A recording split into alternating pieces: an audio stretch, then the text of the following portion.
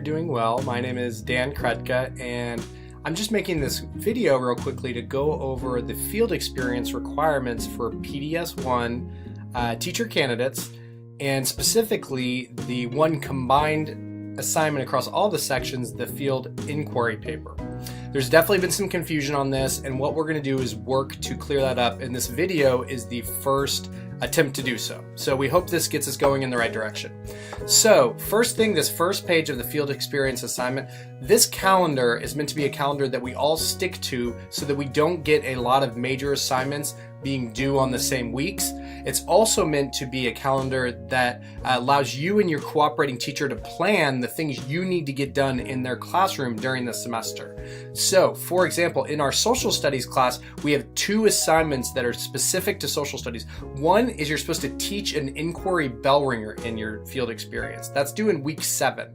In week 12, you're supposed to complete a historical thinking picture book. So you're supposed to read the picture book in your class. Those are the 2 things that we would like for you to do in your class, field experience in your classroom this semester. And so the point is that you can plan with your teacher several weeks ahead and say, hey, can I get this done by this date? Okay.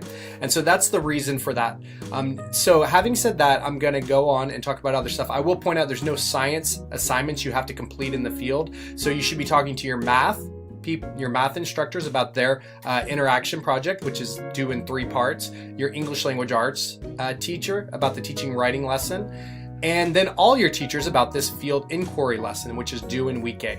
Okay, so the next part of the paper really talks about that. So I'm going to just give a brief overview. Basically, previous to this semester, we had a lot of different assignments people were completing to tell us what was happening in the field, what were they learning from their teachers, what were they learning from lessons. And so we tried to simplify this to create one single assignment where you're going to give us all that information in the same information to all of your instructors. And so the field inquiry method, the field inquiry paper is meant to be 2 parts. One, interviewing teachers, and you can see you're given questions to ask the teachers. You don't have to record them, but I recommend it. It's helpful because then you can listen back to answers, or you could write answers as you do it. You don't have to turn anything in with these questions, but these questions are meant to help you with with what to ask them. And so that's half of it. And then the other half is that you're going to observe them in the field. And it talks a little bit about the observation here. And there's an observation sheet at the end of the document.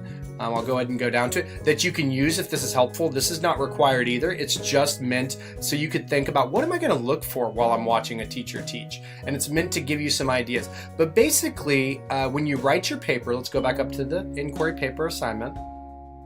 Okay.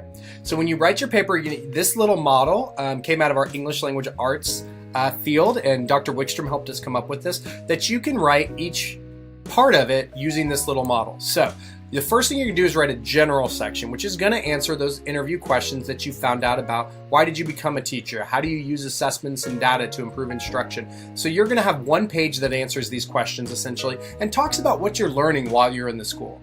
Then let's say your next section is social studies. You've got 3 questions to answer here, and then you should have observed social studies lessons. So what you're going to do is you're going to write a 1-page minimum reflection that tells us, what are you learning from your teacher and what are you learning when you're observing lessons? So that could go something like this. As I sit in the class and learn social studies, I see that the teachers teach this way, oftentimes because they're rushed or they don't have enough time, or social studies is kind of ignored because it's not tested. But when they tell me what they like about social studies, they say something different. So the so what part may be, and so what I'm learning from this is that we really have to do more integration so you don't feel so rushed when you're teaching social studies. And so I'm going to keep thinking of figuring out ways to do integration in my social studies classroom. So that's kind of me talking through what could be on your social studies page. When you turn in the assignment to me, which would be the same assignment you turn into all your instructors, I will just grade the general and the social studies section. Each instructor gets to determine their rubric and how they're going to grade it. So if you're unclear about how it's going to be graded, you should ask your instructor about how they're going to grade it. We decided not to do a common rubric.